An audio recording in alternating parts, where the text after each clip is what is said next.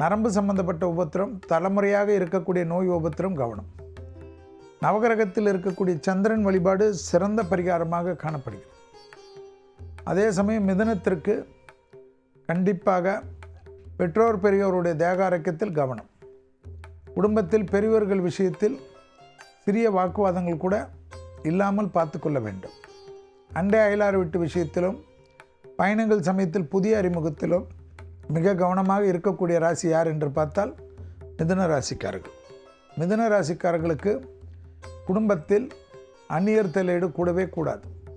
பிறர் குடும்ப விஷயத்தில் உங்களுடைய தலையீடு கூடாது. பிள்ளைகளுடைய தேக ஆரோக்கியம் அதிகமாக பார்த்து கொள்ளக்கூடிய 15 நாட்கள். பிள்ளைகள் வண்டி வாகனத்தில் கவனமாக இருக்குமாறு அன்புடன் கேட்டுக்கொள்ளுங்கள். பிள்ளைகள் திடீரென்று உங்களிடத்தில் முரண்டு பிடிப்பார்கள். உடனடியாக அவர்களை கத்துவதோ சபிப்பதோ கூடாது.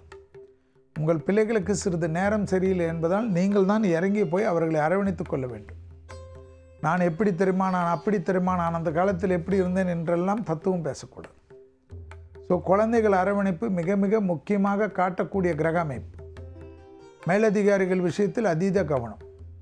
மேலதிகாரிகள் சொல்வதற்குள்ளே உங்களுக்கு எதற்கு இவ்வளோ கோபம்? அதிகாரிகளோ அல்லது மேல் உள்ளவர்களோ முதலாளிகளோ ஏதாவது சொன்னால் அதில் பொறுமையாக கையாள்வது நன்மை தரும். கண்டிப்பாக பசுமாடுகளுக்கு சனிக்கிழமையில் உணவு அளிப்பது உங்களுக்கு பல விதத்தில் சங்கடத்தை நிவர்த்தி பண்ணும்.